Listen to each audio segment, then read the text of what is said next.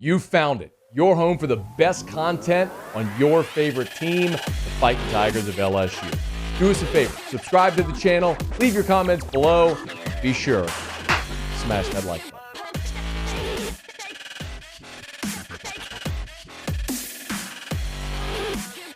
All right, so Brian Kelly was at the Rotary Club meeting today in Baton Rouge at the South Stadium Club. Final public appearance for the head coach before they start fall camp. And Kelly talked about a lot. He did talk about why not. Every room he went into at Media Days, he got asked about fitting in Louisiana. Every interview I did at Media Days, I got asked, does Brian Kelly fit? Why not? When Brian Kelly's there at Rotary, when they ask about him fitting in here.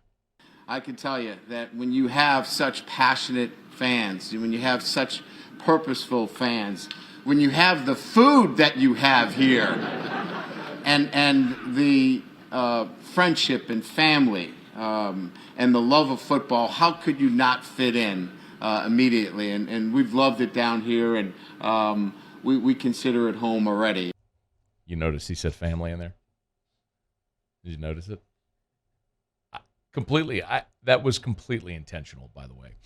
He did talk a lot about football, and there was one thing in particular he said that caught my attention, because we have focused a good bit here, and in particular this week with the commitment from Tavion Galloway, the 4-star tight end for the 2024 class. We've talked this week about the tight end position.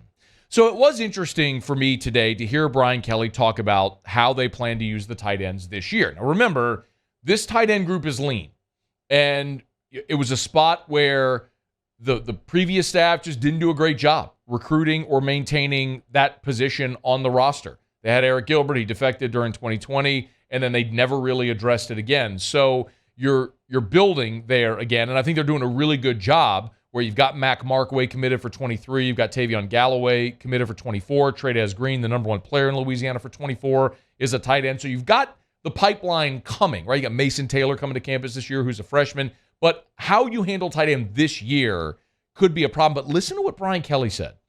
We have to be able to recruit some depth at that position. There's no doubt that was a position that does not fit, my profile. That just happens when there's a change in coaching staff.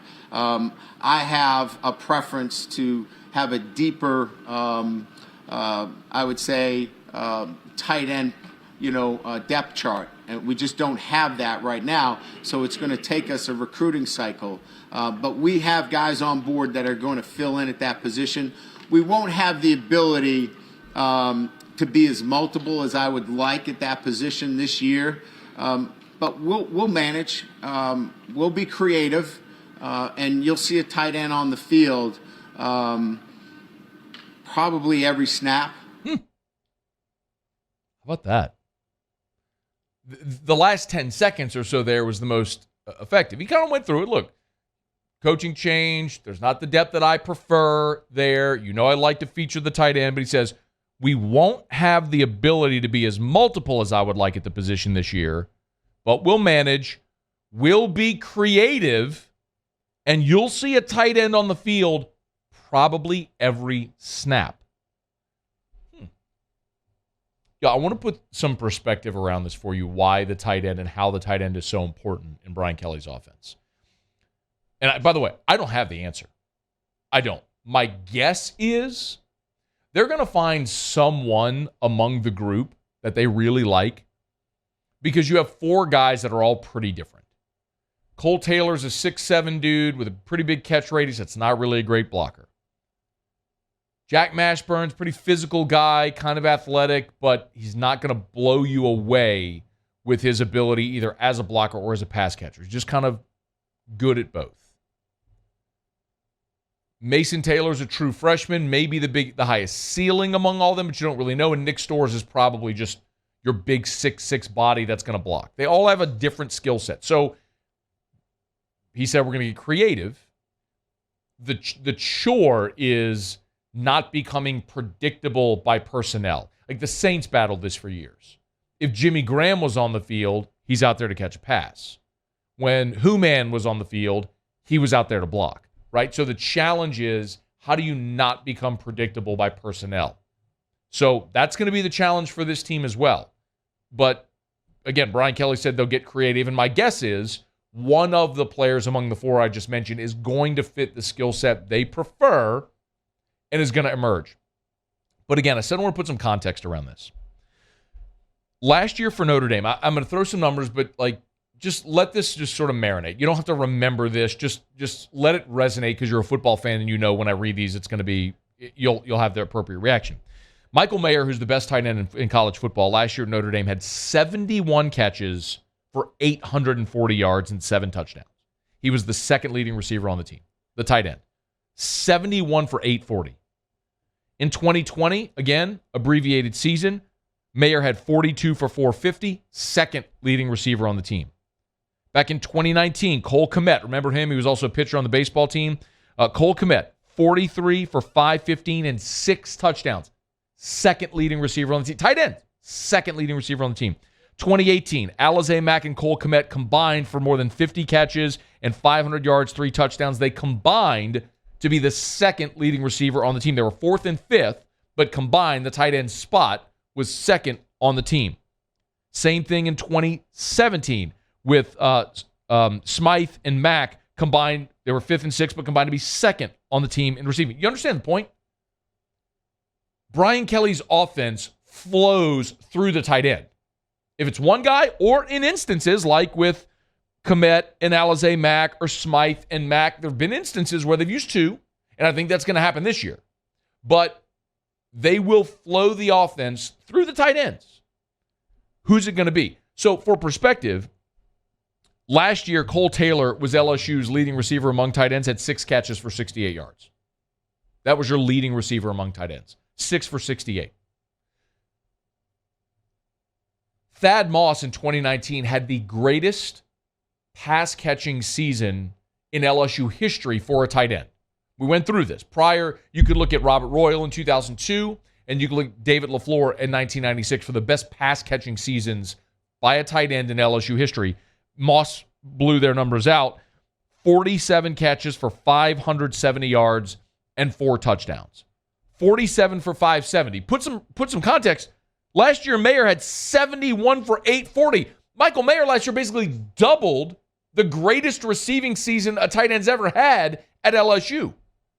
Now, he's special. He's going to be a first-round pick and all that sort of stuff. But the greatest season a tight end's ever had at LSU catching the football is the average for a tight end under Brian Kelly in his offense. So I don't know what they're going to do. I don't. But you heard Brian Kelly say it today. And kind of in a sly manner. Like, we'll be creative, and you're still going to see a tight end on the field every play because that's going to set up what he likes to do offensively. And you better believe he and Mike Denbrock are going to be in lockstep with that in mind.